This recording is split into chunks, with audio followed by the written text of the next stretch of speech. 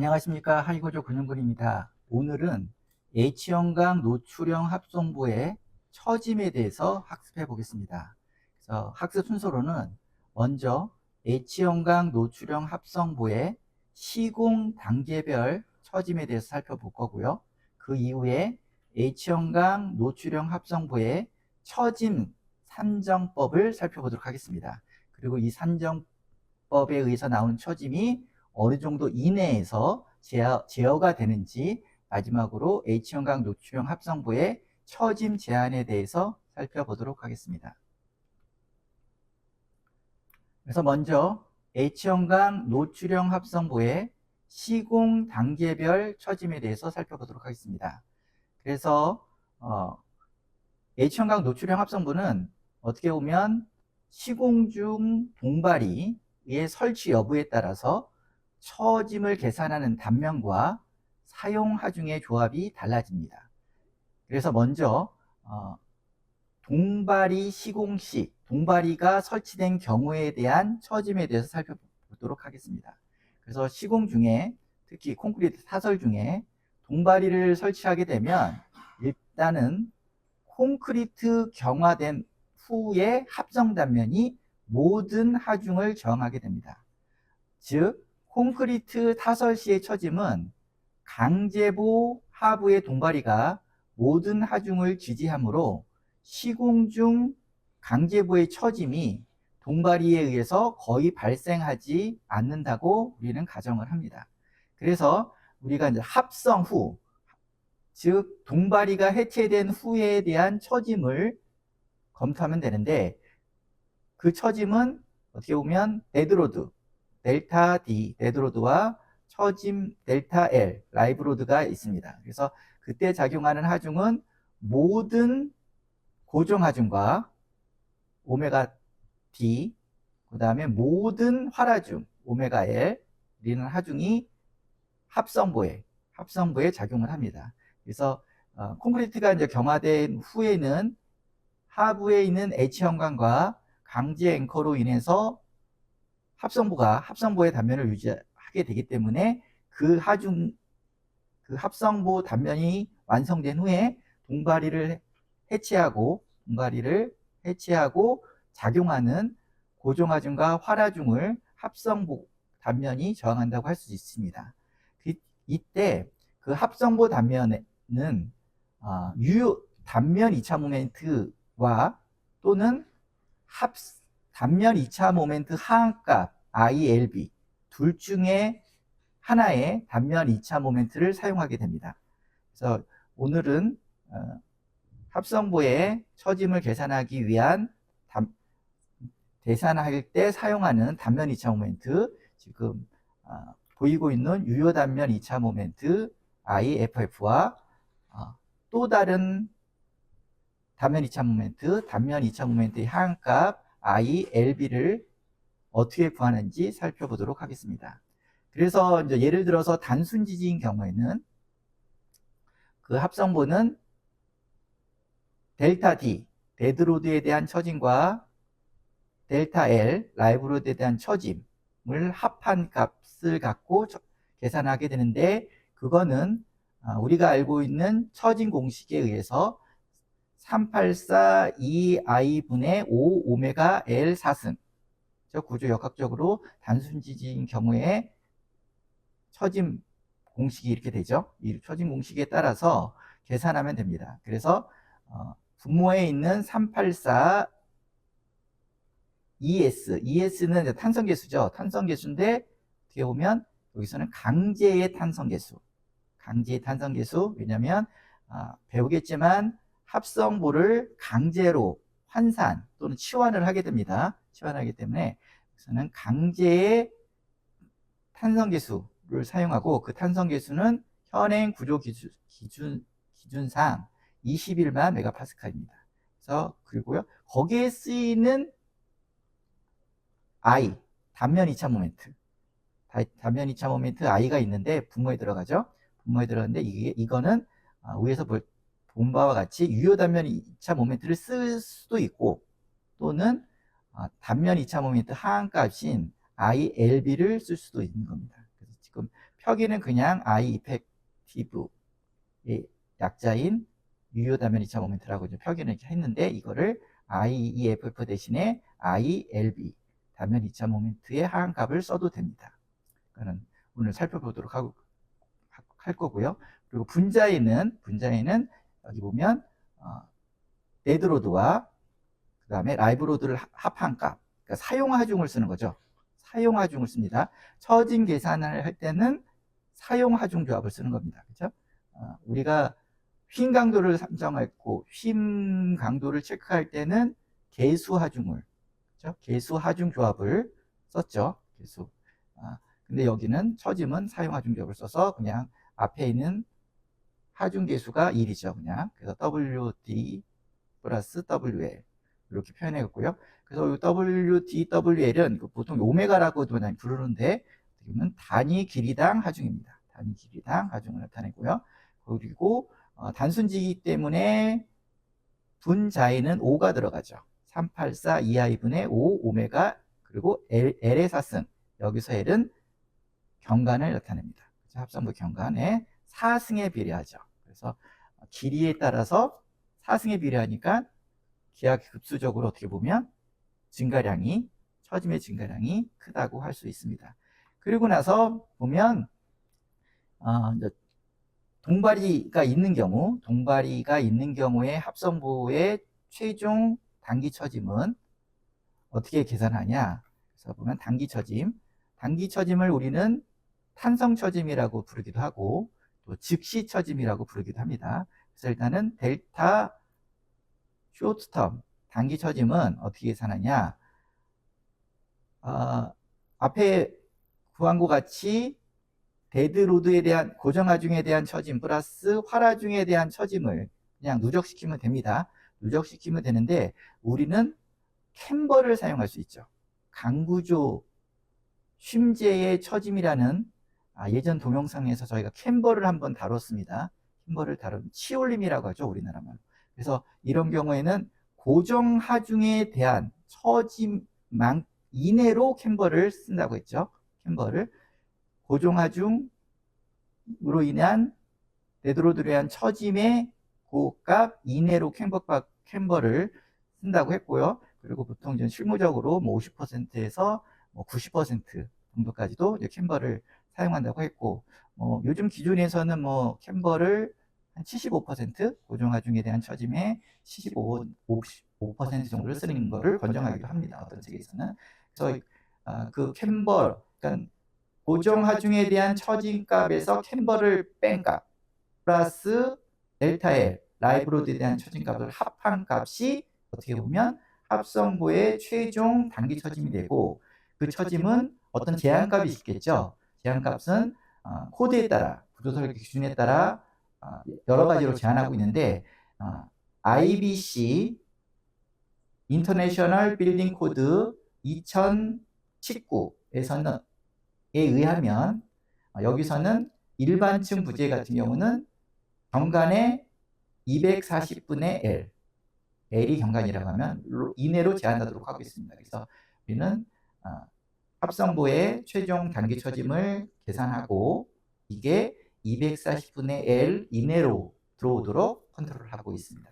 이게 이제 어떻게 보면 동바리가 설치된 경우에 합성부의 처짐이고요. 이거는 심플하죠. 모든 처짐은 합성 단면이 다 저항을 한다, 이런 거고요.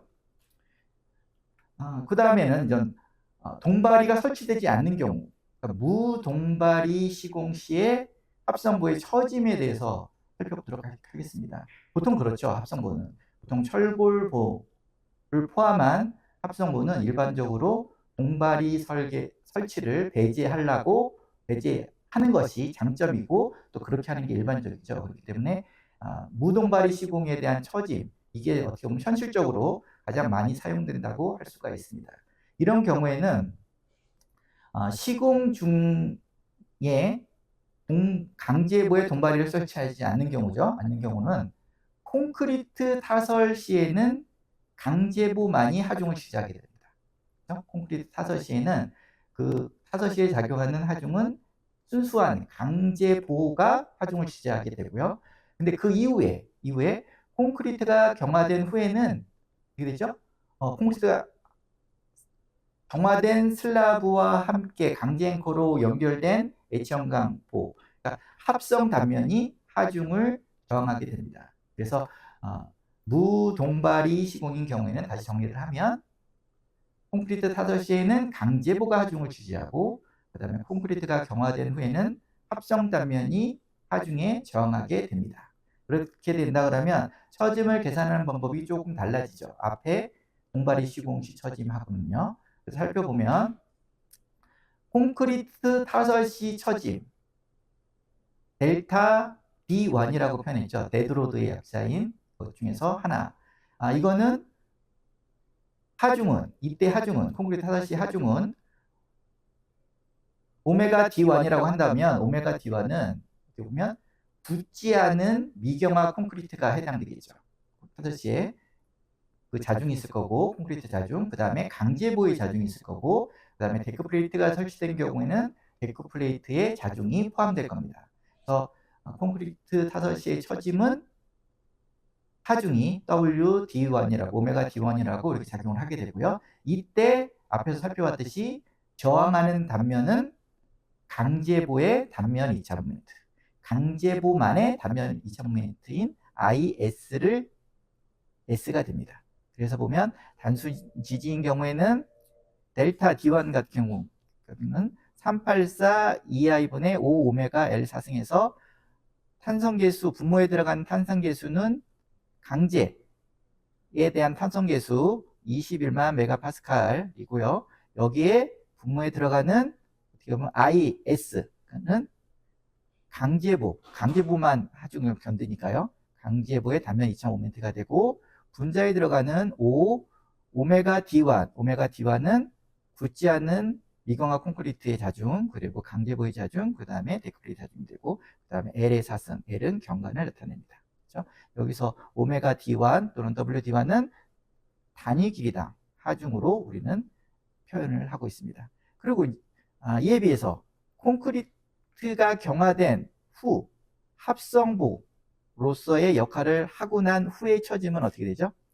그래서 합성 후의 처짐은 여기 보면 델타 D2 데드로드 중에서 두 번째 데드로드라는 거죠. 이게 합성 후에 어떻게 보면 추가되는 고정하중으로 인한 처짐이 되겠죠. 그 다음에 합성 후에 라이브로드 활하중으로 인한 처짐 값이 합해져서 합성 후에 처짐이 발생하게 됩니다. 다시 정리하면 합성 후의 처짐은 하중으로 보면 콘크리트가 경화한 후에 추가되는 마감하중, 바닥 마감하중 같은 거 WD2, 그렇죠? WD2, 오메가 D2 이거고요. 그 다음에 활하중은 칸막이 벽체 및 라이브로드 활하중을 WD 또는 오메가 T라고 해서 이 두 하중이 합성 후에 작용하는 하중으로 작용하고요. 그리고 이때는 저항하는 단면으로는 앞에 둥바리가 있는 경우와 마찬가지로 합성 단면으로서 저항하면서 처짐이 발생하는데, 이때 분모에 들어가는 단면 2차 모멘트, 처짐을 계산하기 위한 단면 2차 모멘트는 유효 단면 2차 모멘트를 쓰거나 또는 쓸 수도 있고, 또는 이거보다 조금 일반적으로 작은 단면 2차 모멘트의 하한값 ILB를 써도 됩니다. 두 개를 어느 것도 써도 된다는 거, 그래서 오늘 배울 거고요. 그래서 보면 단순 지지인 경우에는 합성 후의 처짐은 델타 D2에 대한 처짐 플러스 델타 L 라이브로드에 대한 처짐이 합해진 값이 됩니다. 그래서 이것도 마찬가지로 단순 지지의 처짐 공식인 384 2i분의 5 오메가 L 4승에 따라서 이렇게 표기가 되고요. 네, 마찬가지로 분모에 들어가는 것은 강제로 치환을 하기 때문에 강제에 대한 단면 탄성계수를 21만 메가파스칼을 쓰고요. 그 다음에 여기 들어가는 처짐을 계산하기 위한 단면 2차 모멘트는 여기 유효 단면 2차 모멘트를 쓰거나 또는 단면 2차 모멘트의 하한값을 쓰게 됩니다. 그 다음에 분자에 들어가는 것은 5 곱하기 WD2에 대한 하중, 뭐라고 했죠? 콘크리트 경화 후 추가되는 바닥 마감 하중 같은 거, 그 다음에 또 거기에다가 칸막이 벽체 및 활하중, WL, 오메가 L, 이런 거가 합해진 것이고, 이게 경관의 사승에 비례해서 처짐이 구해집니다. 그래서 요거 같은 경우도 결국 무동발이 시공, 우리가 가장 많이 사용하는 무동발이 시공 시의 처짐은 처짐 시 합성부의 최종 단기 처짐 델타는 어떻게 계산하냐? 이것도 마찬가지로 델타 1 더하기 델타 2, 델타 D1 더하기 델타 D2 더하기 델타 L 이렇게 해서 다 합하면 되는데, 여기서 또 캠버를 줄 수가 있죠. 캠버를 줄 수 있는 게, 근데 캠버를 어느 정도에서 주느냐? 이거는 여기 보면 델타 D1이 뭐죠? 델타 D1이 여기 보면 콘크리트 타설 시 처짐, 강제보만의 단면 이차 모멘트로 저항하는 그 처짐량의 이내에서 캠버를 주는 것이 일반적입니다. 일반적이에요. 앞에서는 어떻게 보면 그 동바리가 있어서 시공하는 경우는 어떻게 했죠? 오해가 있는 경우에는 데드로드 플러스 데드로드, 전체 데드로드에 대한 범위 이내에서 캠버를 사용한다고 그랬잖아요. 그렇죠? 근데 요거는 데드로드도 두 가지가 여기는 발생을 있는데, 델타 D1과 델타 D2가 있는데, 델타 D1의 범위 안에서 이내로 캠버를 설치를 해야 됩니다. 이거 하는 것이 바람직하고요. 왜냐하면 캠버를 설치를 했는데 실질적으로 캠버를 설치하면 D1이라는 하중이 딱 작용을 하게 되면 캠버를 줬음에도 불구하고 평활도를 유지를 해야 되잖아요. 평활도를 유지를 하거나 아니면 수평에서 조금 더 내려오거나, 그렇죠? 이렇게 보정이 돼야 내려와야 되는데, 실제로 캠버를 줬는데 안 내려오는 경우가 있습니다. 처지지 않는 경우, 생각보다 수치적인 공학적인 계산값보다 안 내려오는 경우가 있죠. 그렇게 되면 어떻게 해요? 그 콘크리트 타설된 후에 보가 약간 위로 캠버가 발생을 하겠죠. 그렇죠? 그리고 또 그러다 보면 이제 콘크리트를 사설할 때 슬라브가 어떻게 보면 캠버로 인해서 얇게 처지는 부분이 생깁니다. 그렇죠? 얇게 처지는 부분이 생기기 때문에 조금 그 부분이 취약해지죠. 그렇기 때문에 캠버는 델타 D1이라는 그 콘크리트 타설 시 처짐 이내로 캠버량을 조절을 하는 게 좋습니다. 그렇죠? 그래서 이런 캠버에 대한 내용은 예전에 저희가 강구조 힘재의 처진 검토라는 동영상 안에서 철골보의 치올림, 캠버에 대해서 저희가 한번 공부해 봤습니다. 이거를 좀 살펴보시면 캠버에 대해서 좀 더 학습하는 데 도움이 될 거라고 판단이 됩니다. 그래서 보면 다시 정리를 하면 합성복의 최종 단기 처짐은 무동발이 시 어떻게 되냐면 델타 D1에다가 캠버 양만큼 빼고 거기다가 델타 D2가 뭐죠? 콘크리트 경화 후 추가되는 바닥 마감재로 인한 처짐이죠. 그렇죠? 처짐 플러스 그 다음에 활하중, 그렇죠? WL에 대한 활하중에 대한 처짐량을 합한 거 대수합을 해서 이것도 IBC 인터내셔널 빌딩 코드 2018년 거 일반 부재 같은 경우에는 240분의 1로 컨트롤하기 때문에 그 이내로 검토를 하도록 하면 됩니다. 그리고 이번에는 H형광 노출형 합성부의 처짐 산정을 어떻게 하느냐, 이거에 대해서 한번 살펴보도록 하겠습니다. 그래서 이 처짐 산정법은 사실 여러 가지일 수가 있죠. 여러 가지가 있는데 어떻게 보면 공학적으로 또는 실무적으로 많이 사용하는 방법에 대해서 오늘은 살펴보도록 하겠습니다.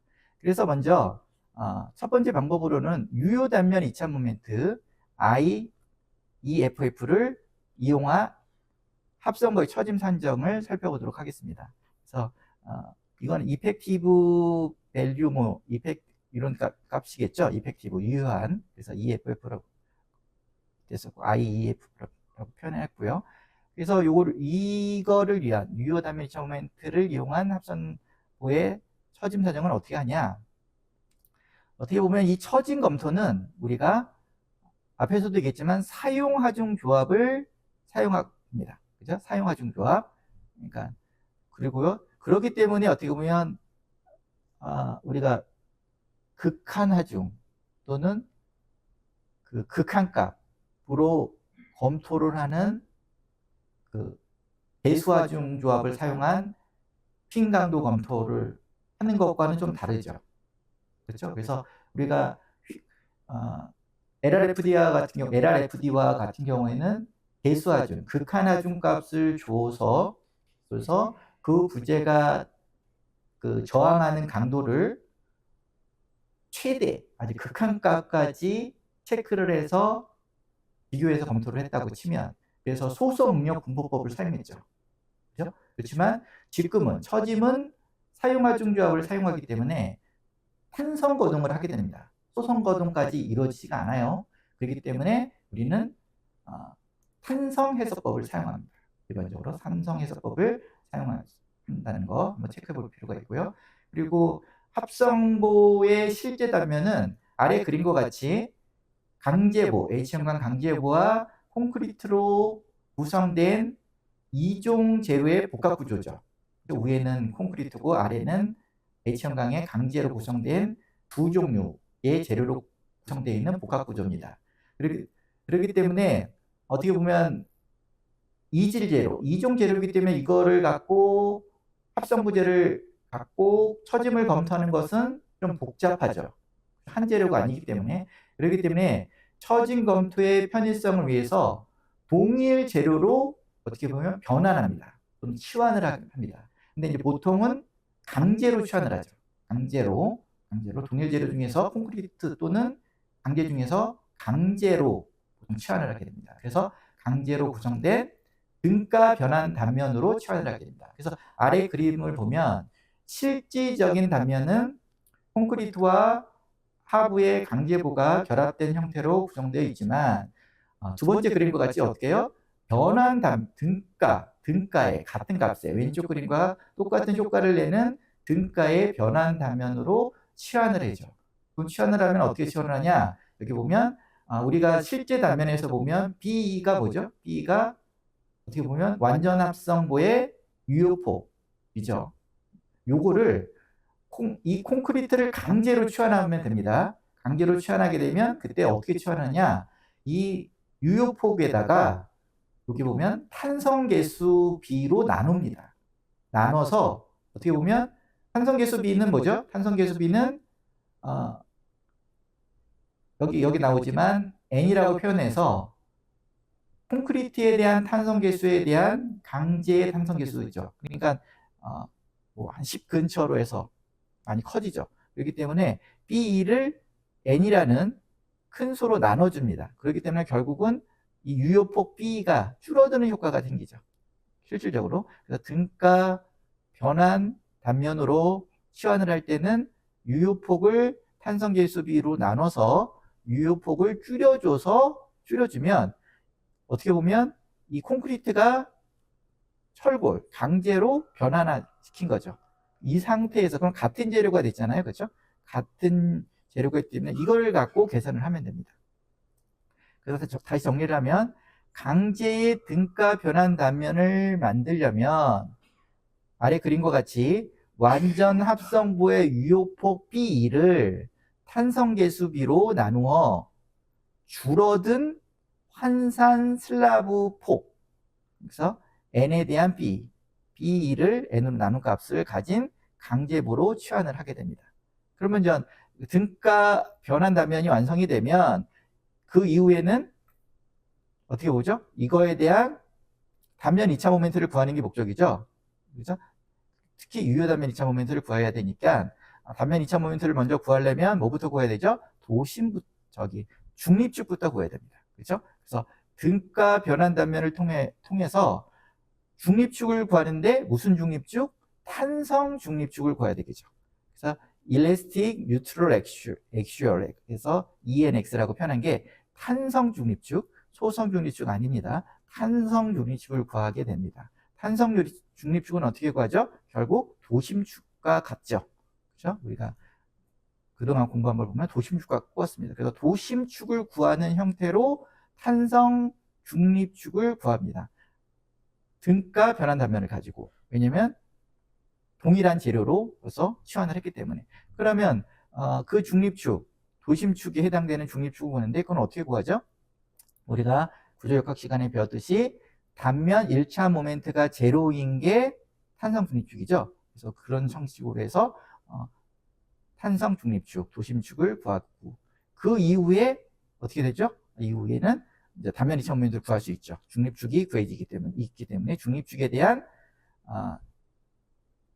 등가 변환 단면 2차 모멘트를 구하는데 이때 우리는 이거를 비균열 완전 합성보의 등가 변환 단면 2차 모멘트라고 부릅니다. 좀 이름이 복잡하죠. 그래서 ITR이라고 부릅니다. ITR. ITR은 뭐죠? 트랜스폼, 변환, 뭐 이런 뜻이겠죠. 그래서 ITR이라고 표현해서 이렇게 변환 단면에 따른 탄성 중립축에 대한 단면 2차 모멘트를 구하면 되는 겁니다. 여기에 비균열 완전 합성보라는 것은 무슨죠? 여기 B를, 이 B 자체가, 그죠? 유효폭 자체가 완전 합성보에서의 유효폭이잖아요. 그렇죠? 유효폭. 그리고 이 콘크리트에 균열이 생기지 않고 비균열 단면이라고 보고 계산해서 치환을 했다는 뜻입니다. 이렇게 구하게 됩니다. 그래서 보면 그 이후에 이 ITR, 그러니까 비균열 완전 합성보의 등가 변환 단면 2차 모멘트, 여기에다가 이거는 완전 합성보잖아요. 부분 합성률을 적용한 유효 단면 2차 모멘트 IEF를 구하게 되고 그거를 이용해서 처진 공식에 따른 분모에 들어가는 단면 2차 모멘트 대신에 집어넣어서 합성보의 처짐을 산정하도록 하고 있습니다. 그렇죠? 그리고 한번 먼저 좀 한번 살펴봤고요. 이제 그러고 나서 나중에 이것도 이제 나중에 배울 수 있겠지만 응력 체크를 할 때는 응력 체크 다시 여기다가 N을 어떻게 보면 콘크리트 쪽이니까요. 콘크리트 쪽에 단부의 응력에다가 탄성 개수비 N을 다시 곱해줘야 됩니다. 응력 검토할 때는 이거를 등가 변환 단면 응력. 왜냐면 여기서 벌써 줄여줬기 때문에 강제로 만들어줬잖아요. 그런데 이제 콘크리트 응력은 강제 응력과 다르기 때문에 여기서 응력 체크를 할 때는 그 FC 콘크리트가 받는 응력에다가 탄성 개수비를 다시 곱해준다. 뭐 이런 것들이 있습니다. 봤고요.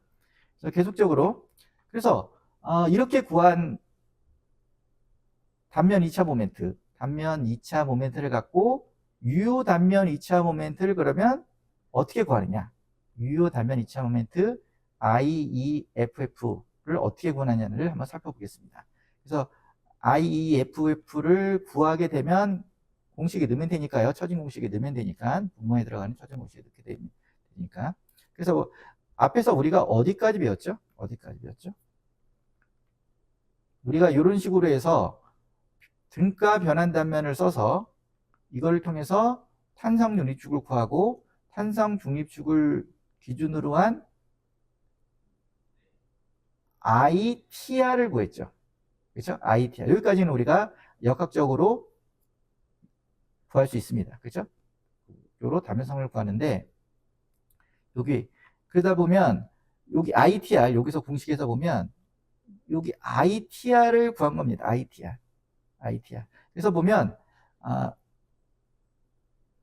우리가 등가 단면 2차 모멘트 이큐밸런트를 구해야 되는데 이 등가 단면 2차 모멘트는 부분 합성률까지 고려해야 됩니다. 그렇죠? 우리는 앞에서 ITR이라는 값을 뭐를 통해서 배웠죠? 비규절 완전 합성부의 등가 변환 단면 2차 모멘트를 구했잖아요. 근데 우리는 뭐를 쓸 수도 있죠? 부분 합성부 개념을 쓸 수도 있습니다. 그렇죠? 실무적으로. 그럼 부분 합성률 개념을 쓰게 되면 어떻게 변하느냐? 이 ITR이 완전 합성부라고 그러면 그때 이제 그 등가 단면 2차 모멘트가 어떻게 보면 I 이퀴밸런트라고 할 수 있습니다. I 이퀴밸런트. 그래서 등가 단면 2차 모멘트는 어떻게 구하냐? 이거는 식에서 기준에서 어떻게 정하고 있냐면 보통 공학적으로 IS는 뭐죠? IS는 강제보의 단면 2차 모멘트. 그러니까 합성부 안에서 강제보가 기여하는 부분이겠죠. 강제보의 단면 2차 모멘트 플러스 뒤쪽 항이 콘크리트 슬라브가 기여하는 부분인데 이거는 결국 여기 보면 ITR에서 IS를 뺀 값이죠. 그렇죠? ITR에서 비균열 완전 합성부의 등가 변환 단면 2차 모멘트에서 강제보의 단면 2차 모멘트를 뺀 값이 결국 슬라브가 기여하는 부분입니다. 유효폭 안에 들어있는 슬라브가 기여하는 단면 2차 모멘트 부분이죠. 그죠? 부분인데 이 앞에 루트 제곱근 안에 들어가는 요게 부분 합성률을 나타내는 거죠. 부분 합성률을 나타내는 개념인 거죠. 그러니까 요게 제곱근 안에 들어가는 게 1이라면 이건 완전 합성부죠. 완전 합성부인데 예를 들어서 부분 합성부를 사용할 경우에는 루트에 들어가는 요 값이 이제 반영이 되는 거죠. 그랬을 때 시그마 QN 우리가 많이 배웠죠. 부분 합성 보호했을 때도 배웠고 강제 앵커 할 때도 배웠습니다. 그때 뭐였죠?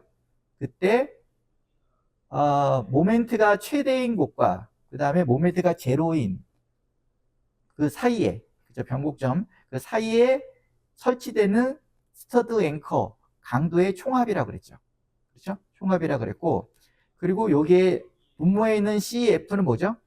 CF는 완전 합성부에서의 슬라브의 유효 압축력으로서 그러면 이거는 우리가 배웠지만 스터드 앵커에 작용하는 힘이죠.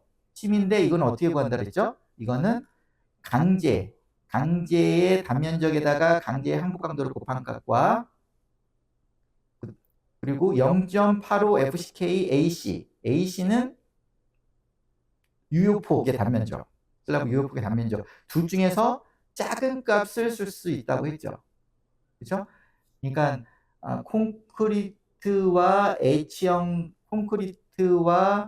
슬라브와 H형 강보 사이에 작용하는 수평 전단역의 크기라고 했죠.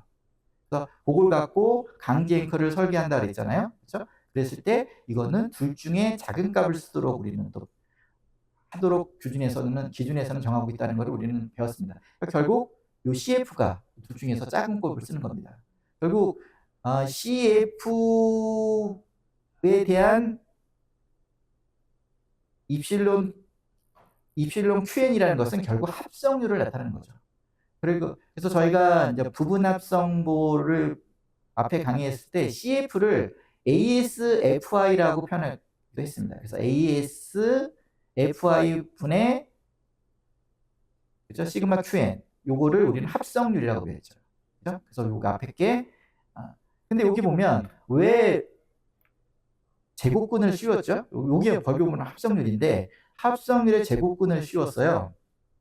그렇죠? 요거는 보면 공학적으로 보면 실험을 열심히 해보고 실험을 해서 어떻게 보면 부분 합성률에 따른 그 수평 미끄러짐과 수직 처짐과의 관계를 실험을 통해서 연구를 하고 그거를 수치적으로 또 수치 해석을 하고 그러다 보니까 좀 간략하게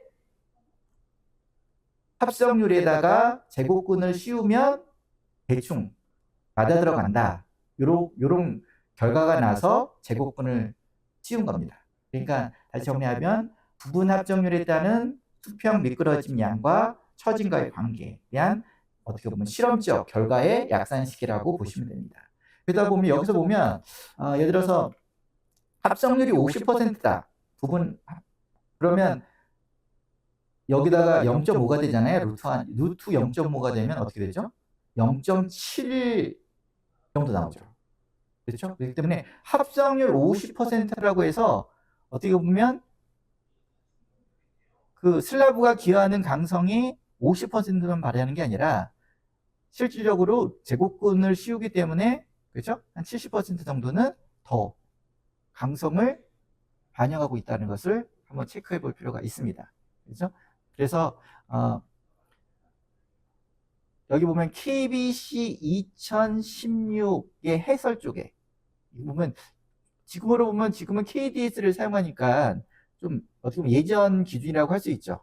그렇죠? 예전 기준. 여기서 KBC는 코리안 빌딩 코드라고 해서 구조 기준이 건축 구조 기준으로 2016년에 나온 건데 이것도 이제 해설 쪽에 나옵니다. 참조할 만한 커멘터리 쪽에 이제 나오는 거고 정확한 그 명문화된 정식 기준에는 나오지는 않아요. 나오진 않지만 해설 쪽에 나오는데 거기서는 뭐라고 표현하냐면 H형광 노출형 합성부의 처진 산정을 위한 유효 단면 2차 모멘트 EFF는 선형 탄성 이론에 의해서 계산된 등가 단면 2차 모멘트 I 이큐밸리언 이렇게 구했죠. 이큐밸리언에 얼마를 써라? 0.75배를 사용하라고 나왔습니다. 그러니까 유효 단면 여기서 다시 정작 실제로 쓰는 IEF 유효 단면 2차 모멘트는 I 이큐밸리언에서의 0.75배만 쓰라. 그러니까 강성을 낮춰서 쓰라는 거죠. 그래서 이 당시만 하더라도 각종 실험을 해봤더니 이 합성부와 관련 실험을 해봤더니 그 이큐밸리언 값을 밑에 있는 I 이큐밸리언 요 공식에 대한 값을 쓰면 어떻게 보면 실질 처짐이 더 발생했답니다. 실험에 의한 실험 요것보다 더 발생을 했대요.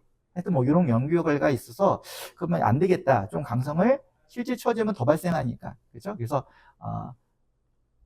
단면 2차 모멘트를 좀 낮춰줘야 되겠다. 그런 개념으로 0.75를 곱했다고 합니다. 그래서 0.75 I 이큐밸리언을 쓰는 것이 I 이펙티브, 그러니까 유효 단면 2차 모멘트로 사용했다. 이걸 한번 체크해 볼 필요가 있고요. 다시 정리해보면 뭐 지금 단면 2차 모멘트의 용어가 여러 가지가 나오니까 좀 헷갈리죠. 헷갈리는데 뭐 잘 정리해 볼 필요가 있습니다. 그래서 ITR은 비균열 완전 합성부의 등가 단면 2차 모멘트다. 그렇죠? 그래서 이렇게 그리고 거기에다가 제곱근 안에 들어가는 합성률을 감안을 하면 이게 부분 합성률의 개념까지 감안된 I 이큐밸리언 단면 2차 모멘트가 그러니까 등가 단면 2차 모멘트가 나오고 이거를 그대로 사용하지 않고 0.75배를 쓰면 이게 실질적인 유효 단면 2차 모멘트가 된다는 거 정리해 보실 필요가 있습니다. 그럼 유효 단면 2차 모멘트가 나오면 여기다 집어넣으면 되죠. 여기다가 그죠? 요거 집어넣어서 처짐량을 계산하면 되는 거죠. 그죠? 그런데 요게 어떻게 보면 2016년 해설집에 나오는 유효 단면 2차 모멘트 IEF를 구하는 방법이었는데 이게 기준이 바뀌었습니다. 그래서 보면 2024년 KDS 41의 해설편에는 다른 설명을 하고 있어요. 그러니까 2024년 최근이죠. 어떻게 보면 최근에 KDS 코리안 디자인 스탠다드 뭐 이런 뜻이죠. 41 코드에는 결론적으로 말하면 아까 0.75를 곱하지 않고 유효 단면 2차 모멘트 IPF는 그냥 I 이큐밸리언 이큐밸런트를 그대로 쓰라는 거죠. 0.75배를 써서 저감시키지 않아도 된다는 거죠. 그러니까 이런 식으로 어떻게 보면 이 코드에 또는 공학적으로 이론에서 제시하는 값들이 그 연구가 계속 쌓이고 그러다 보니까 좀 바뀝니다. 그래서 최근에 나온 유효 단면 2000모멘트 IP는 어떻게 구하느냐? 그러면 H형광 노출형 합성부의 처짐 산정을 위한 유효 단면 2000모멘트는 선형 탄성 이론에 의해서 계산된 등가 단면 2000모멘트 I 이퀴밸런트를 저감 없이 그대로 사용하도록 하겠습니다. 그대로 사용하고. 그렇기 때문에 결론적으로 보면 I 이펙티브는 I 이퀴밸런트하고 똑같고, 그리고 이거는 밑에 앞에서 계산한 것 같은 계산한 것 같은 IS 강제보의 단면 2차 모멘트에다가, 그죠? 여기 콘크리트의 기어분 ITR에서 IS를 뺀 값에서 제곱근을 안에 들어가는 합성률인 부분 합성률까지 감안해서 이렇게 쓰면 됩니다. 그렇죠? 근데 왜 앞에는 예전에 얼마 전에는 이렇게 0.75를 썼는데 이제는 그냥 똑같이 1로 쓰는 거죠. 1로 이렇게 쓰는 이유는 뭐냐? 이런 것들을 보면 해설편에 최근에 AISC 360 미국 철강협회 또는 KDS 4.1의 기준은, 이렇게 바뀐 기준은 저감 쓴 거는 최신 또 실험 결과가 앞에서 그동안 했던 실험 결과를 또 뒤집은 거죠. 그렇죠? 최신 실험 결과가. 그 다음에 보면 유효 단면 2차 모멘트의 제곱근 공식, 여기 앞에 있죠. 제곱근 공식. 이런 것들을 보거나 이런 게 반영되어 있고, 그 다음에 이제 뒤에서 살펴볼 텐데, 장기 처짐을 구할 때는 탄성계수비를 n을 쓰는 게 아니라 2n을 써서 정밀하게 계산합니다. 그러니까 장기 처짐은 탄성계수비를 통해서 또 장기 처짐은 또 구할 수가 있기 때문에 좀 어떻게 보면 아주 정밀해졌기 때문에 0.75를 곱해서 굳이 단면 2,000m를 맞출 필요는 없다는 거죠. 그렇죠? 맞출 필요 없다는 겁니다. 그래서 보면 장기 처짐을 구할 때는 여기 보면 지금 완전 합성부의 유효폭에다가 n으로 나눠서 등가 변환 단면을 만들었잖아요. 이거를 약산법으로 2n, 2배의 탄성계수 비율로 더 나눠줘서 이거를 유효폭을 더 줄여줘서 계산하는 겁니다. 그러니까 결국 등가 변환 단면에 유효 단면 2,5m를 더 낮춰서 장기 처짐량을 검토할 수도 있다는 거죠. 그러니까 이런 것들이 어떻게 보면 제한이 됐기 때문에 유효 단면 2차 모멘트를 등가 단면 2차 모멘트의 0.75배로 쓰지 않고 그대로 사용해도 괜찮다. 이게 이제 최근에 나온 기준 해설입니다. 요거를 사용해도 되는 거죠. 굳이 앞에 0.I 유효 단면 2차 모멘트를 등가 단면 2차 모멘트의 0.75배로 낮춰서 쓸 필요가 없다는 거죠. 그렇죠? 근데 이제 아직까지 이제 실무에서 사용하는 각종 소프트웨어들이 보면 그래도 요거를 아직도 많이 쓰는 것 같습니다. 0.75배로 낮춰서 많이 쓰는 것 같고요.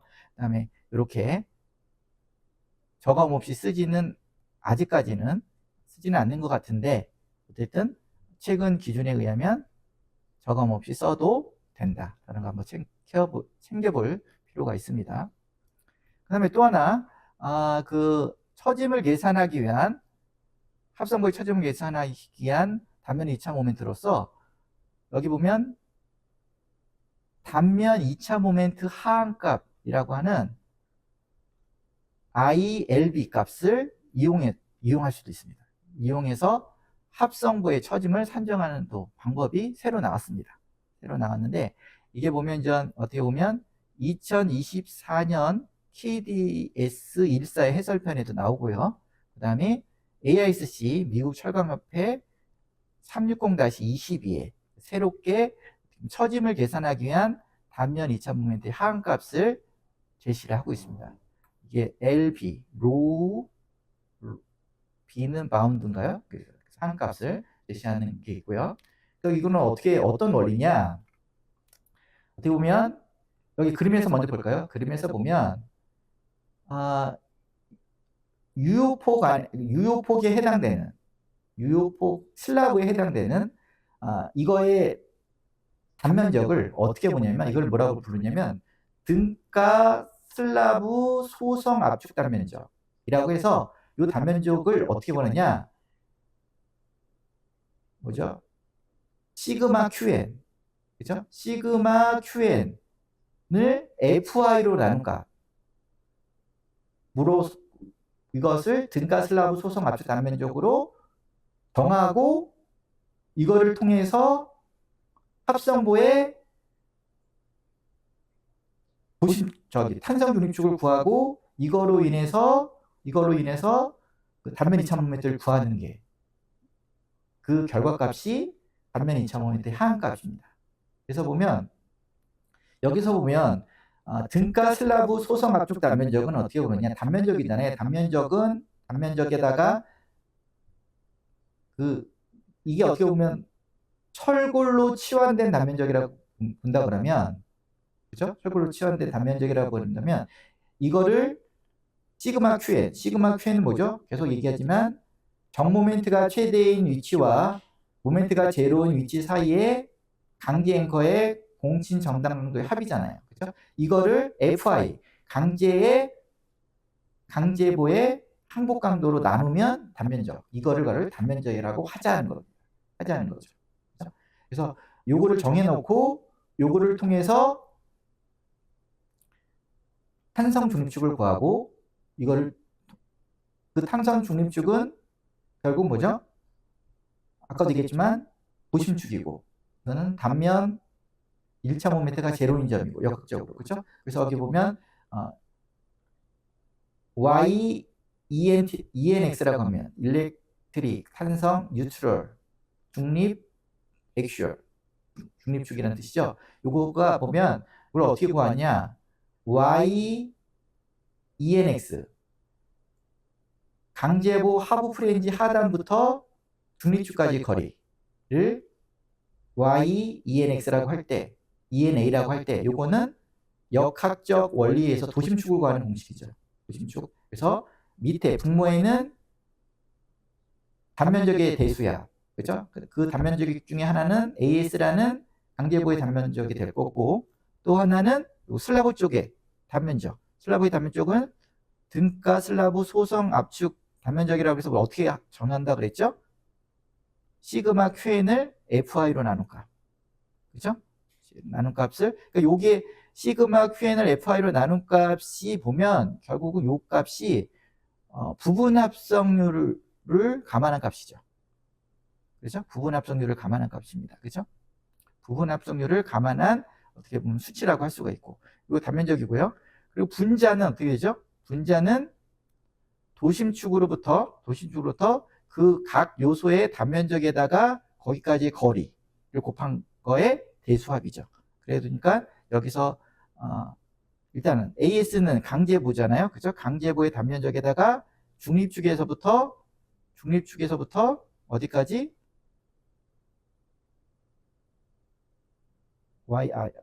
중립축의 거리를 구할 때는 여기서 보면 밑에를 기준으로, 그죠? 하부 프렌지를 기준으로 AS에다가 강제보 중심까지 거리죠. 결국 여기서는 2분의 D가 해당되는데 우리는 여기서는 2분의 D를 D3라고 표현한 겁니다. 그렇죠? 여기서부터 여기까지 거리잖아요. 여기까지 거리인데 이거를 D3라고 표현하고 플러스 거기다가 또 밑에서부터 어디? 등가 슬라브 소성 압축 단면적의 도심까지 거리, 여기까지 거리, 그렇죠? 여기까지에서 하부 프렌지 하단까지의 거리, 이 거리가 보면 2분의 D3, D3는 2분의 D라고 그랬죠? 2분의 D에다가 플러스 D1이 어딘데? 상부 프렌지 상단부터 슬라브 중심까지 거리 D1을 이렇게 해서 뭐를 구한다? 이게 바로 탄성 중립축이 되죠. Y ENA가, 그죠? 탄성 중립축에서 여기서부터 여기까지의 거리가 되고, 그러면 이제 탄성 중립축이 딱 보이시잖아요? 그러면 그거 갖고 어떻게 했죠? 단면 2차 모멘트를 구하면 됩니다. 그죠? 단면 2차 모멘트 구하는 게 여기서 ILB는 여기 탄성 중립축을 기준으로 H형 강보의 그 자체의 단면 2차 모멘트에서 그죠? 여기다가 플러스 IS 플러스 강제보의 도심에서 합성보의 탄성 중립축 사이의 거리 평행축의 이론에 의해서 A2 제곱이잖아요. 그죠? A 강제보의 단면적에다가 요 사이의 거리 여기서부터 요 사이의 거리 요 사이가 결국 어떻게 되죠? Y2NA에서 뭐를 빼? D3 2분의 D인 D3를 뺀 값의 제곱 그렇죠? 그래서 여기 보면 요 위에 거는 강제보에 해당되는 탄성 균류 중에서의 단면 2차 모멘트죠. 그렇죠? 그래서 IS, I0 플러스 A2 제곱 이렇게 가지고 구하죠. 그 다음에 위에는 요거는 밑에는 등가 슬라브 소성 압축 단면적에 대한 탄성 중립축으로부터의 단면 2차 모멘트죠. 그렇죠? 거기서 보면 여기는 시그마 QN을 FI로 나눈 게 A에 해당되니까 그렇죠? A에 해당되고 D의 항이 편신거리 평행축 이론 A의 제곱에 해당되죠. 요 제곱 그렇죠? 그래서 여기서부터 그 등가 슬라브 소성 압축 단면적까지의 거리 그렇죠? 요 거리 요게 그렇죠? D 플러스 D1 마이너스 Y2NA인데 요게 결국은 D3로 표현을 하면 이 D3 플러스 D1 마이너스 Y2NA가 되는 거죠. 그렇죠? 이렇게 식으로 구하는 것이 바로 단면 2차 모멘트의 하한값입니다. 결국 다시 정리를 해보면 쉰 모멘트가 제로가 되는 점과 그 최대인 점 사이에 스터드 앵커의 전단력의 대수야. 그죠? 스터드 앵커의 전단력의 대수합 시그마 QN을 강제의 설계 기준 항복 강도 FI로 나눈 걸 뭐라고 그랬다고요? 등가 슬라브 소성 압축 단면적이라고 하고 이거를 고려해서 어떻게 한다? 탄성 밀축을 기준으로 단면 2차 모멘트를 구하는 값이 이거를 단면 2차 모멘트의 하한값 그러니까 어떻게 보면 단면 2차 모멘트가 구해지는 여러 가지 경우의 수 중에서 가장 낮은 값으로 해서 이렇게 산정하면 된다 이거죠. 그죠? 연구 결과 이렇게 산정하면 되고 이거를 통해서 어떻게 보면 처짐을 구하기 위한 단면 2차 모멘트 값 중에서 가장 보수적으로 작은 값을 이런 식으로 구하면 구할 수 있고 이거를 통해서 처짐을 구하면 되게 그죠? 안전율이 높다는 거죠. 안전율이 높다는 겁니다. 그래서 요즘에는 전 어떻게 보면 각종 구조설계 예제집 같은 데서 보면 앞에서 배웠던 IEFF 유효단면 2차 모멘트를 쓰는 것보다는 여기 단면 2차 모멘트의 하한값 ILB 값을 주로 많이 사용합니다. 그렇죠? 그 사용하는 그러면 장점과 단점은 뭘까요? 일단은 ILB 적용 시의 장점으로 보면 설계가 단순화됩니다. 아까 유효 단면 2차 모멘트를 산정할 때는 좀 복잡했죠. 그렇죠? 복잡했습니다. 그리고 유효폭을 구할 때도 N으로 탄성계수비로 나눴고 한번 볼까요? 유효 단면 2차 모멘트 구할 때는 등가 변환 단면으로 구하기 위해서 N으로 탄성계수로 나눠서 줄여줬잖아요. 그렇죠? 줄여줬는데 하한값 할 때는 뭐 줄여줄 필요 없잖아요. 그렇죠? 바로 이거를 그냥 이런 식으로 구해버리면 되니까. 그렇죠? 그리고 앞에는 뭘 구했어요? 일단은 이걸 줄여줬어. 그 다음에 ITR도 구했죠. 일단 ITR부터 먼저 구했죠. ITR을 구했어. 구하고 나서 부분 합성률 개념을 쓰게 되면 제곱근으로 해서 또 이렇게 I 이퀴밸런을 또 구했어. 그죠? 이렇게 구해서 사용을 해야 되잖아요. 이거를 뭐 앞에 같이 0.75로 저감시켜서 쓰든지 아니면 바로 쓰든지 이런 식으로 좀 몇 가지 단계를 거쳤습니다. 그렇지만 하한값에서는 바로 구했죠. 그죠? 이렇게 등가 슬라브 소성 단면 소성 압축 단면적을 이런 식으로 딱 구해서, 그리고 이 자체는 벌써 부분 합성률이 감안된 값이고, 왜냐면 시그마 QN이 부분 합성률을 나타내는 어떤 값이라고 할 수 있잖아요. 그죠? 그러니까 이게 벌써 부분 합성률이 이 자체에서 벌써 감안되어 있고, 그리고 여기서 바로 탄성분식을 구하고 그거에 따라서 바로 ILB 값을 구할 수 있으니까. 그래서 좀 더 수월해진 거죠. 간편해지고. 그렇죠? 그래서 다시 보면 단면이차 모멘트 하한값 ILB를 사용할 경우에 장점으로는 설계가 단순화된다.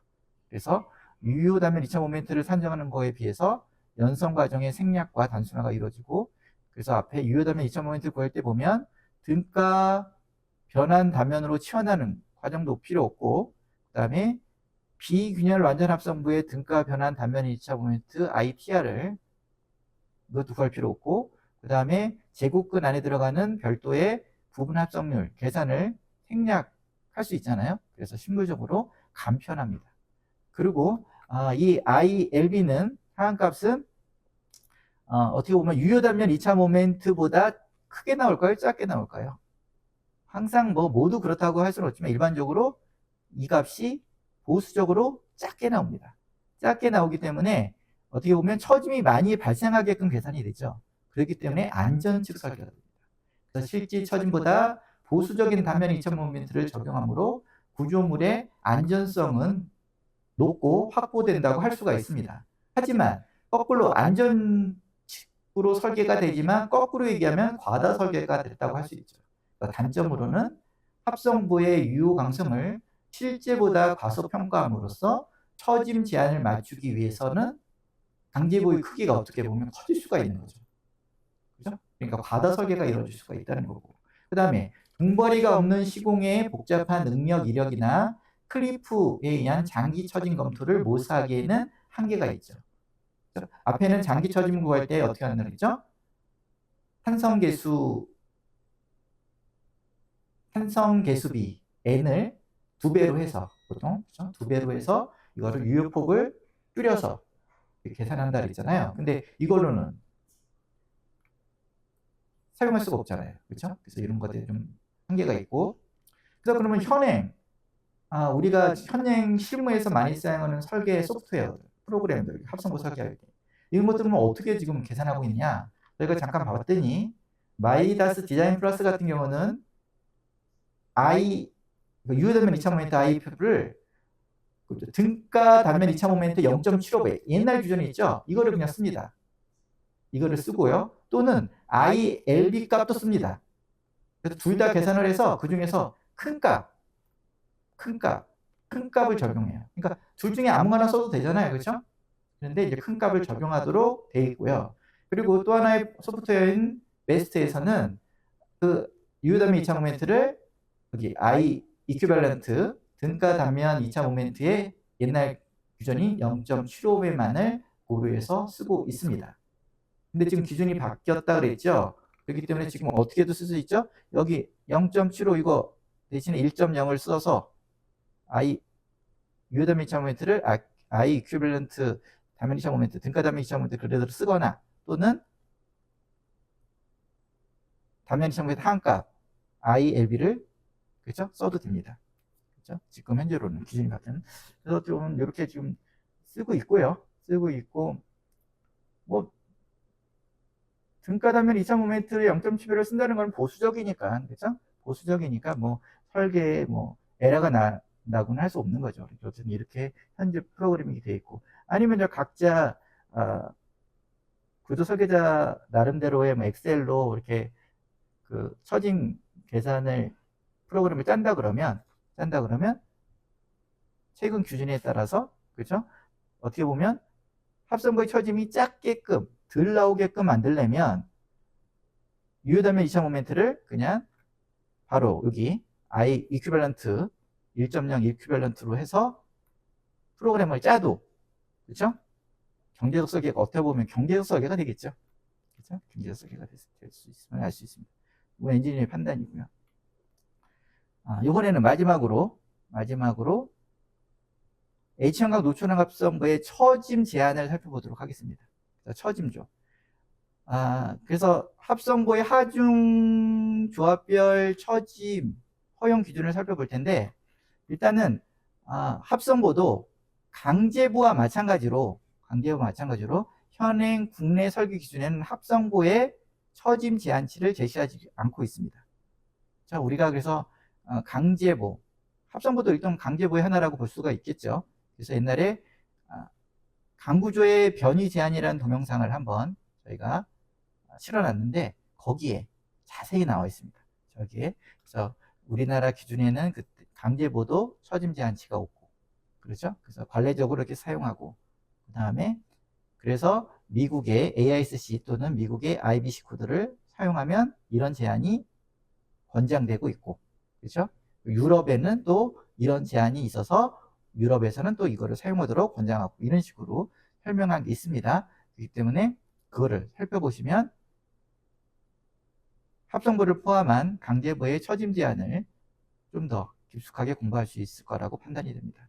그래서 뭐 이런 여러 가지, 세계적으로 어떻게 보면 여러 가지 쓰이는 처짐 제한 값이 있는데, 오늘은 많이 쓰이는 합성부의 처짐 제한 값을 많이 쓰이는 걸 한번 살펴보겠습니다. 그래서 미국의 IBC 2018에 의하면 합성부의 처짐 제한치를 다음과 같이 권장하고 있어요. 딱 권장입니다. 권장.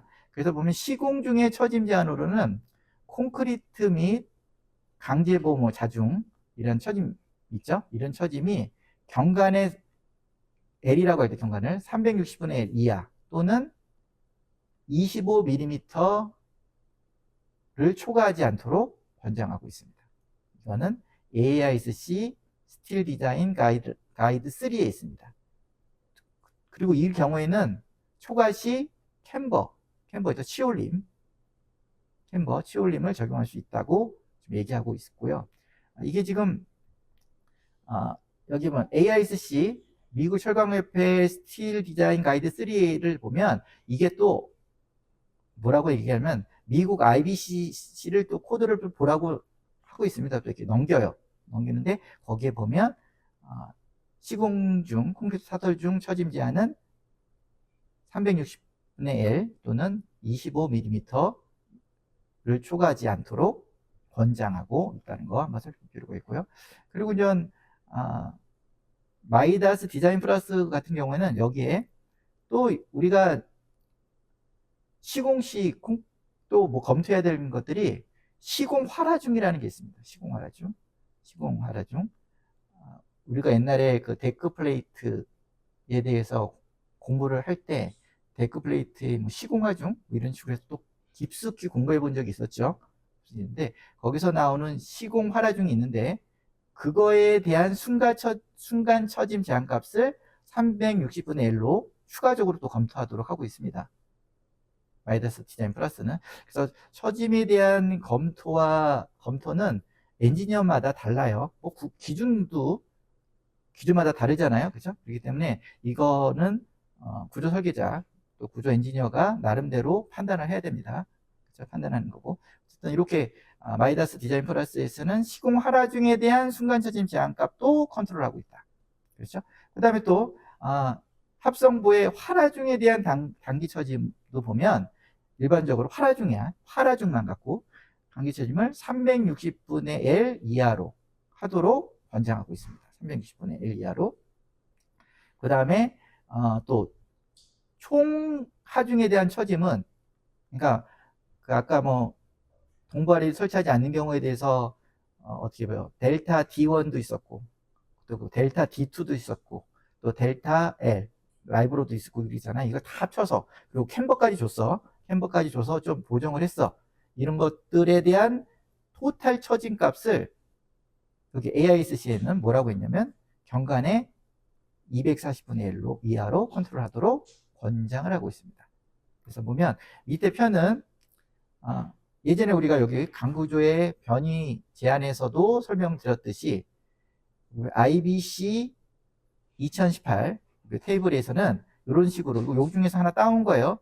따온 거 보면 철골 휨제의 처짐 제한을 지분부재와 일반 바닥부재로 나눠서 이렇게 제한을 하고 있습니다. 그래서 바닥부재는 일반 용도의 바닥을 지지하는 부재는 라이브 로드에 대해서 활화중에 대해서 360분의 L로 제한하고 있고요. 그래서 여기 있죠. 활화중에 대한 단기 처짐을 요거. 그리고 총 하중, 그러니까 데드로드 플러스 라이브 로드 요게 대해서는 240분의 L로 제한하고 있습니다. 요 240분. 그래서 요거를 참조를 해서 위에 권장사항을 한번 말씀을 드린 거고요. 그렇죠? 그런데 여기 보면 라이브 로드도 지붕 부재 같은 경우는 360분의 L 하나만 있는 게 아니에요. 뭐가 있죠? 여기는 360분의 L인데 이거는 회반죽 천장을 지지하는 부재는 360분의 L 보면 돼. 근데 일반 천장을 지지하는 부재는 좀 완화시켜 주십니다. 그 제한값을 240분의 L까지도 볼 수 있고, 그 다음에 천장을 지지하지 않는 부재 같은 경우는 180분의 L까지도 완화시켜 주고 있고, 그 다음에 금속 지붕 마감재를 지지하는 부재, 그러니까 경량 지붕이 있죠. 이거는 150분의 L까지도 활화중에 대한 처짐 제한치를 완화시켜 주고 있다는 거 한번 주의 있게 살펴볼 필요가 있습니다. 그렇죠? 그다음 뭐 지붕 부재는 또 데드로드 플러스 라이브 로드도 항상 240분의 L이 아니라 또 180분의 L, 120분의 L, 협력 60분의 L까지도 완화된, 그렇죠? 지붕 부재가 일반 천장을 지지하느냐, 천장을 지지하지 않느냐, 또는 경량 지붕에 따라서 이렇게 완화된 규정을 따를 수 있다는 거. 그렇죠? 그래서 이렇게 처짐 제한치도 한 걸로 딱 이렇게 명확하게 있지 않아요. 이런 것들을 한번 살펴보셔서 적재적소의 처짐 제한치를 사용하는 것이 바람직합니다. 항상 한 값으로 이해하고 있을 필요는 없어요. 그리고 보면 여기 보면 또 주기에 뭐가 있죠?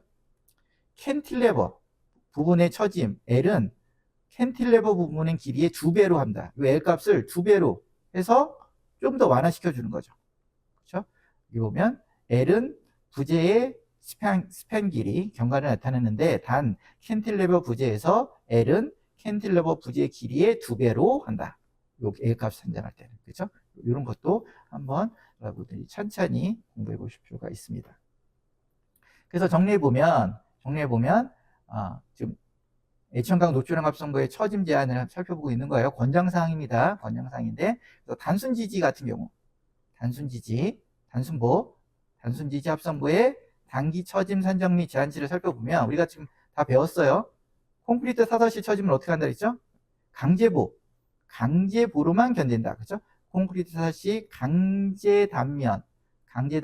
강제만의 단미차 모멘트를 고려하며 추가 마감 하중을 제외한, 여기 WD2라고 했죠.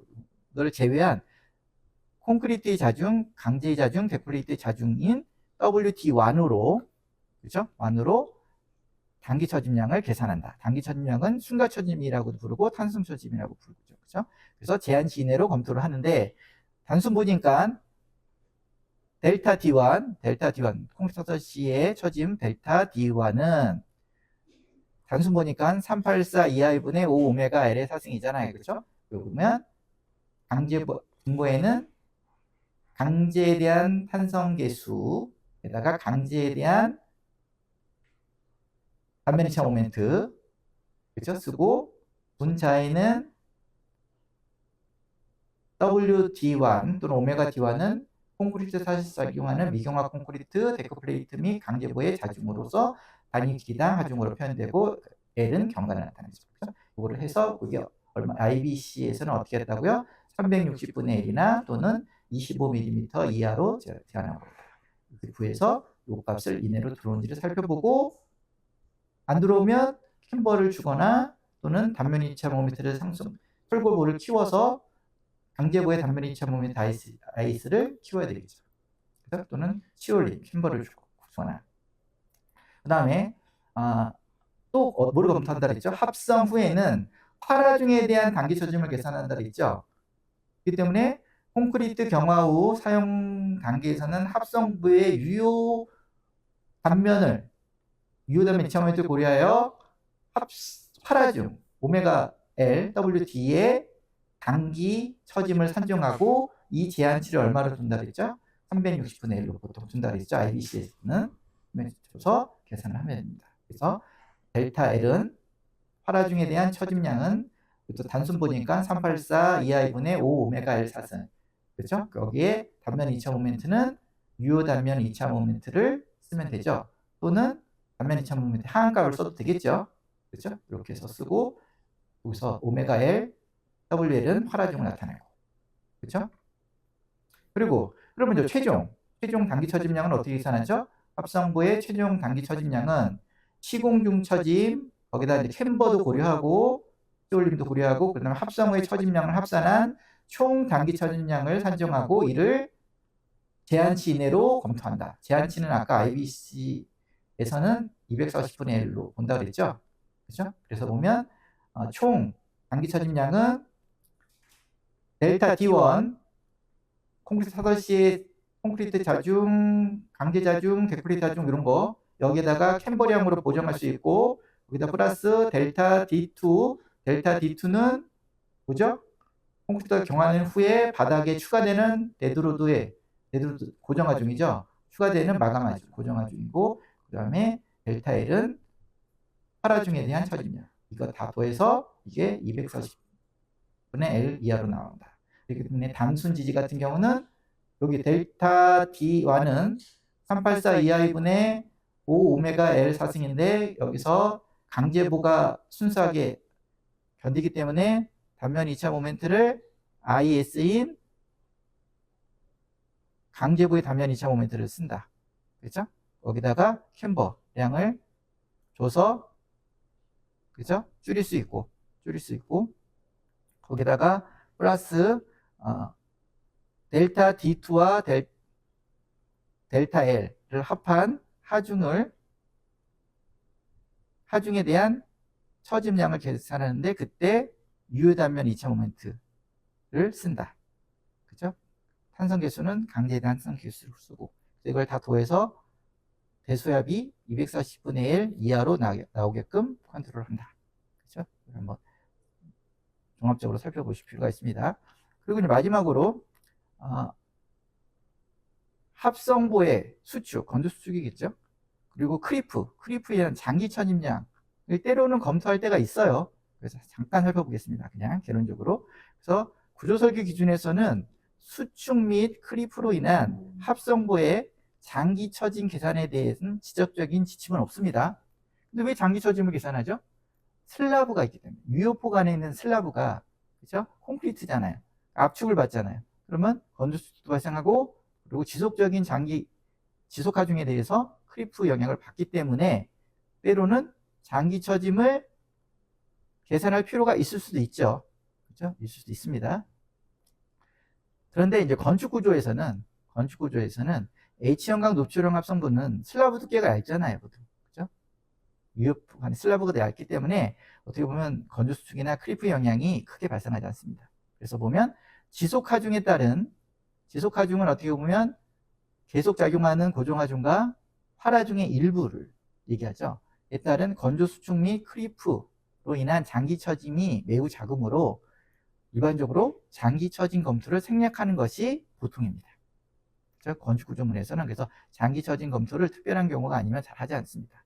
하지만 특별한 경우, 지속 하중이 큰 경우에는 콘크리트와 강제의 탄성 계수비 N 값을 2배로 모아서 유효 변환 단면 2차 모멘트 IEF를 감소시켜서 장기 재하에 대한 수축 및 크리프 효과를 약산식으로 고려할 수 있습니다. 이걸 우리는 장기 처짐용 탄성 계수 비법이라고 했죠. 그래서 앞에서 우리가 변환 단면을 구할 때, 그렇죠? 변환 단면 구할 때 여기를 N으로, 탄성 계수비 N으로 나누지 않고 2N으로 나눠서 더 줄여줍니다.